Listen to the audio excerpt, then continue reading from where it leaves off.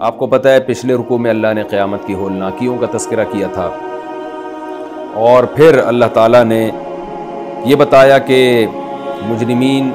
کا اعمال نامہ ان کے سامنے رکھا جائے گا اور ان کی چیخیں نکل جائیں گی، اور وہ یہ کہیں گے کہ یہ کیسا اعمال نامہ ہے جس نے ہماری زندگی کا کوئی مخفی پہلو چھوڑا ہی نہیں ہے، کیا صغیرہ کیا کبیرہ، ہر عمل اس نے ہمارے سامنے لا کے رکھ دیا ہے۔ تو یہ جو مجرمین جہنم میں جائیں گے، اس کا ایک بہت بڑا سبب ہے شیطان، جو گمراہ کرتا ہے۔ تو اللہ تعالیٰ بتاتے ہیں اس رکوع میں کہ یہ جو ہم نے آخرت میں ان کو جہنم میں ڈالا ہے نا، اس کی بڑی وجہ یہ ہے کہ انہوں نے رحمان سے دوستی لگانے کے بجائے شیطان سے دوستی لگائی تھی، وہ شیطان جو ان کا ازلی دشمن ہے، جنہوں نے ان کے باپ آدم کو سجدہ کرنے سے انکار کر دیا۔ تو اللہ کہتے ہیں جس نے سجدہ کرنے سے انکار کر دیا، تم اس کو اور اس کی آل اولاد کو اپنا دوست کیسے بنا لیتے ہو؟ کتنا ہی برا بدلہ ہے جو تمہیں دیا جا رہا ہے، یعنی بدلہ سے مراد جو بیس البدل ہے، یہ اللہ کو چھوڑ کر ان کو بدلے میں دوست بنا لینا، یہ کتنا ہی برا بدلہ ہے۔ یعنی ہوتا ہے نا کہ آپ کوئی اچھی کوالٹی کی چیز چھوڑ کر ایک درمیانی کوالٹی کی چیز لے لیتے ہیں، تو یہ بھی برا سمجھا جاتا ہے کہ یار آپ کو ایک آپشن تھا، آپ کے پاس یہ چیز آپ کو مل رہی تھی، آپ نے اتنی قیمتی چیز چھوڑ کر اس کے بدلے میں ایک سستی چیز لے لی۔ لیکن بیس البدل کیا ہوگا کہ ایک قیمتی چیز مل رہی تھی، اس کے بدلے میں یہ نہیں کہ سستی بلکہ نقصان دہ چیز لے لی آپ نے، یعنی ایک طرف زہر رکھا ہوا ہے، ایک طرف شہد یا دودھ رکھا ہوا ہے، تو آپ کیا کرتے ہیں کہ شہد یا دودھ کی پیشکش کو ریجیکٹ کر کے زہر کی پیشکش قبول کر لیتے ہیں۔ تو ایسے موقع پہ کہا جائے گا بیس البدل، یار تم نے جو اس کا بدلے میں جو چیز لی ہے وہ بدل تو بہت ہی برا ہے۔ تو یہاں بھی اس رکوع کا بھی یہی حاصل ہے، اللہ تعالیٰ کہتے ہیں کہ ان لوگوں نے رحمان سے دوستی لگانے کے بجائے اس کے کہ رحمان سے پوچھتے کہ ہمیں کیا کرنا ہے اور کیا نہیں کرنا، یہ شیطان جو ان کے دلوں میں جس برائی کو مزین کرتا ہے، تو یہ شیطان سے پوچھ کے چل رہے ہوتے ہیں، تو اس کا انجام یہی ہونا تھا۔ فرمایا وَإِذْ قُلْنَا لِلْمَلَائِكَةِ اسْجُدُوا لِآدَمَ، اور اس وقت کو یاد کرو جب ہم نے فرشتوں سے کہا کہ آدم کو سجدہ کرو، فَسَجَدُوا إِلَّا إِبْلِيسَ، سب نے سجدہ کیا سوائے ابلیس کے۔ میں نے بتایا یہ مستثنیٰ منقطع کہلاتا ہے، کیونکہ پیچھے ذکر فرشتوں کا ہوا ہے۔ تو منقطع کا کیا مطلب ہوتا ہے؟ جب ہم کسی کلام کو کسی کلام سے مستثنیٰ کرتے ہیں نا، خارج کرتے ہیں، مستثنیٰ ذرا مشکل لفظ ہے، تو ما بعد ما قبل کی کبھی جنس میں ہوتا ہے کبھی نہیں ہوتا، مشکل اردو ہے، میں ذرا آسان الفاظ میں مثال سے سمجھاتا ہوں۔ آپ کہتے ہیں جاءنی القوم، میرے پاس قوم آئی، الا زیدن، سوائے زید کے، تو قوم کے لفظ میں زید پہلے سے داخل تھا، کیونکہ جب قوم آئی تو جو مخصوص قوم ہے اس میں سارے افراد تھے، لیکن آپ نے الا زیدن کہہ کے کیا کر دیا کہ زید کو اس قوم کے لفظ سے خارج کر دیا۔ یہ کہلاتا ہے مستثنیٰ متصل، یعنی قوم میں زید داخل تھا، الا کے ذریعے اس کو باقاعدہ نکالا گیا ہے۔ لیکن ایک کلام عربی میں یوں بھی استعمال ہوتا ہے جاءنی القوم الا حمارا، میرے پاس قوم آئی، پبلک آئی، لوگ آئے، مگر گدھا نہیں آیا۔ تو گدھا تو قوم میں کے مفہوم میں داخل نہیں ہوتا نا،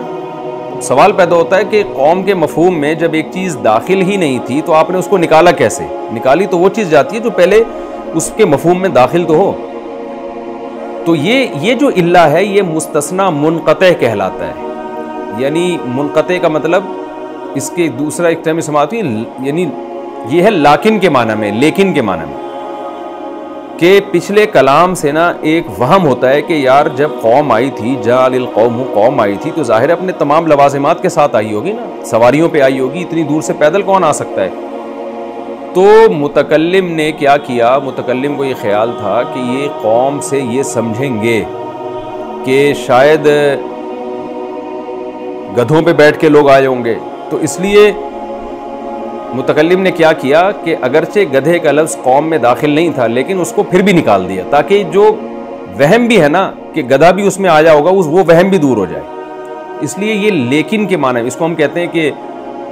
اردو میں جس کو ہم لیکن کہتے ہیں نا، عربی میں لاکن کہتے ہیں، تو یہ اس معنی میں ہے۔ تو یہاں بھی ایسے ہی ہے کہ اللہ تعالیٰ نے فرمایا کہ تمام فرشتوں نے سجدہ کیا، اب فرشتوں کے مفہوم میں ابلیس داخل نہیں تھا لیکن اللہ نے اس کو نکالا، تو یہ بھی الا یہ مستثنیٰ منقطع کہلائے گا۔ کیوں؟ فرشتوں کو جب حکم دیا گیا تو اس سے یہ وہم ہوتا ہے کہ جب فرشتے جو اعلیٰ درجے کی مخلوق ہیں،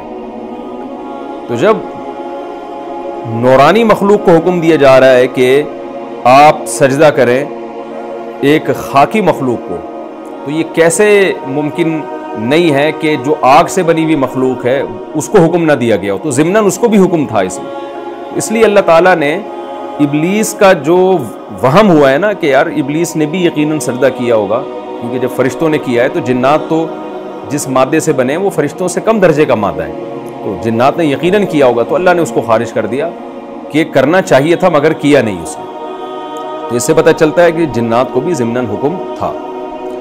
فَسَجَدُوا إِلَّا إِبْلِيسَ، سب نے سجدہ کیا مگر شیطان نے، کَانَ مِنَ الْجِنِّ، تھا وہ جنات میں سے، فَفَسَقَ عَنْ أَمْرِ رَبِّهِ، تو اس نے عدول کیا اپنے رب کے حکم سے، اپنے رب کے حکم کی نافرمانی کی۔ اللہ تعالیٰ فرماتے ہیں أَفَتَتَّخِذُونَهُ وَذُرِّيَّتَهُ، دو خرابیاں ہیں شیطان میں، ایک خرابی کیا ہے؟ خدا کا باغی اور نافرمان، دوسری بات یہ کہ نافرمانی بھی اس نے تمہیں پروٹوکول دینے میں کی ہے۔ یعنی ایک نافرمانی تو یہ ہوتی ہے نا کہ اس کا اور اللہ کا معاملہ تھا، بس ہمیں تو پھر بھی چاہیے کہ ہم اللہ کے دشمن سے دشمنی رکھیں، لیکن وہ نافرمانی بھی تمہارے بغض میں اس نے کی ہے، کہ تمہارے حسد میں کی اللہ کی نافرمانی، تو یہ اللہ کا بھی دشمن ہوا، تمہارا بھی دشمن ہوا۔ تو اس لیے اللہ تعالیٰ فرماتے ہیں آفَتَتَّخِذُونَهُ، ایسے ابلیس کو تم اور وَذُرِّيَّتَهُ، اور اس کی اولاد کو تم اولیاء بناتے ہو، دوست بناتے ہو، من دونی، مجھے چھوڑ کر، وَهُمْ لَكُمْ عَدُوٌّ، جبکہ وہ تمہارا بھی دشمن ہے، صرف میرا دشمن نہیں ہے بلکہ میرا دشمن تو وہ بنا ہی تمہاری دشمنی میں ہے۔ ایسے یعنی اس سے بڑا بدبخت دوست تو دنیا میں کسی کا ہو نہیں سکتا، جو اتنا بڑا دشمن ہو کہ آپ کی دشمنی میں خدا کی بغاوت پہ اتر آئے، یعنی اس کو آپ سے اتنے حسد ہو، اتنا آپ سے وہ نالا ہو، تو اس کی دشمنی کا آپ اندازہ لگاؤ کیا دشمنی ہوگی اس کی۔ اللہ فرماتے ہیں أَفَتَتَّخِذُونَهُ، ایسے کو تم اپنا دوست بناتے ہو، وَهُمْ لَكُمْ عَدُوٌّ، جبکہ یہ شیاطین تمہارے دشمن ہیں، بِئْسَ لِلظَّالِمِينَ بَدَلًا، واقعی ظالموں کے لیے بہت ہی برا بدل ہے کہ خدا کو چھوڑ کر کسی کو دوست بنانا بھی تھا تو کم درجے کے دشمن کو بنا لیتے نا، اتنے بڑے دشمن کو تم نے،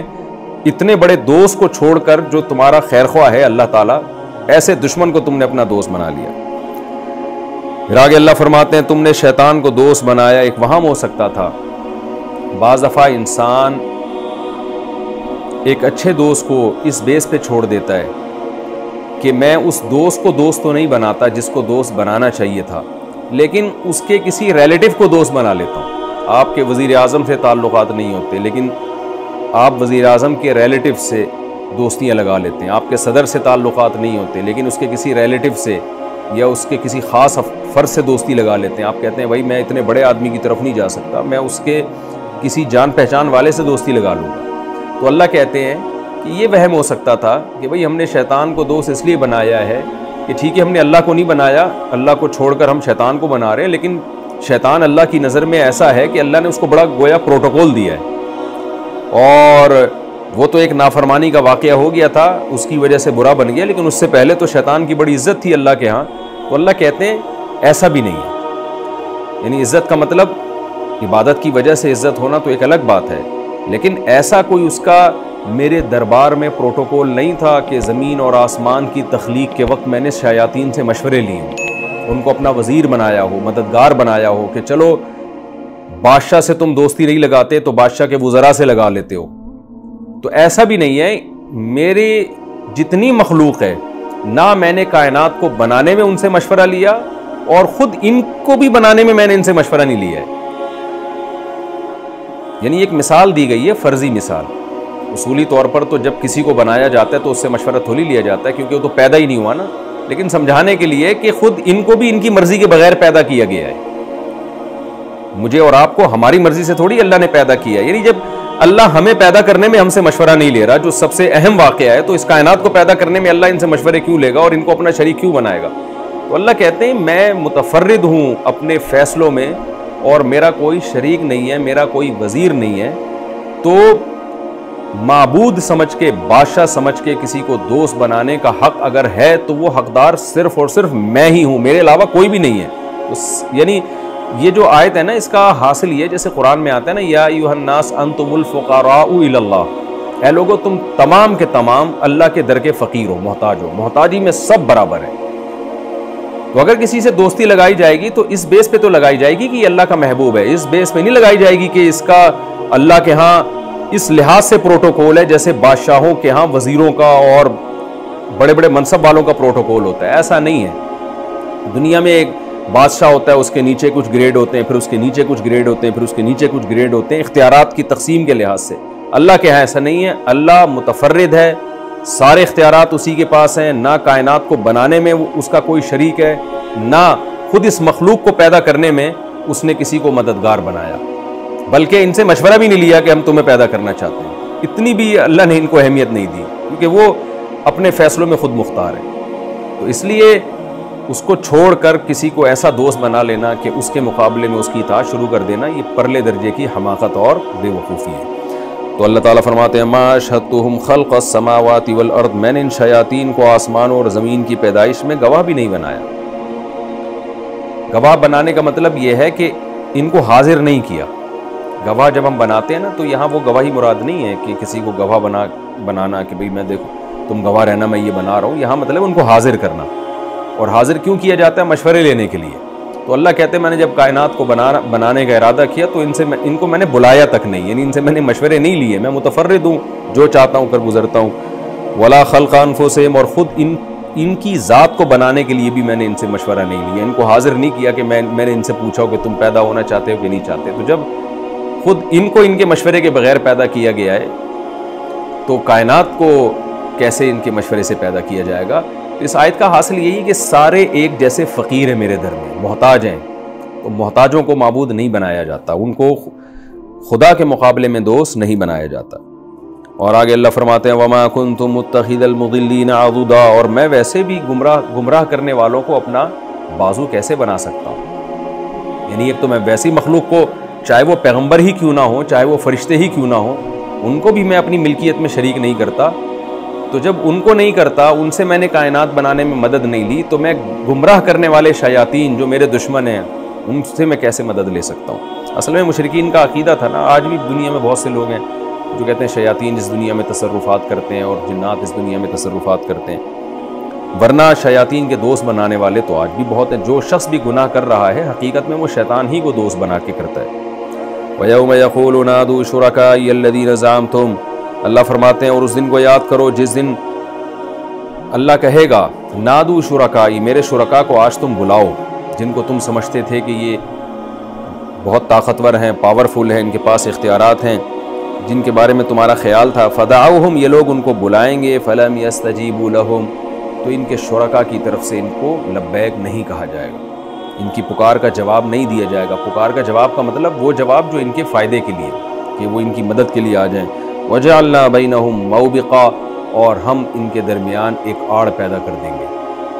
ابتدا میں تو کچھ مکالمہ ہوگا، اس کے بعد اللہ ان کا ان شرکا سے رابطہ بھی منقطع کر دیں گے۔ ورأى المجرمون النار، اور مجرم لوگ آگ دیکھیں گے، فظنوا انہم مواقعها، ان کو یقین ہو جائے گا کہ اب وہ اس آگ میں گرنے والے ہیں، ولم یجدوا عنها مصرفا، اور اس آگ سے بھاگنے کا کوئی راستہ ان کے پاس نہیں ہوگا۔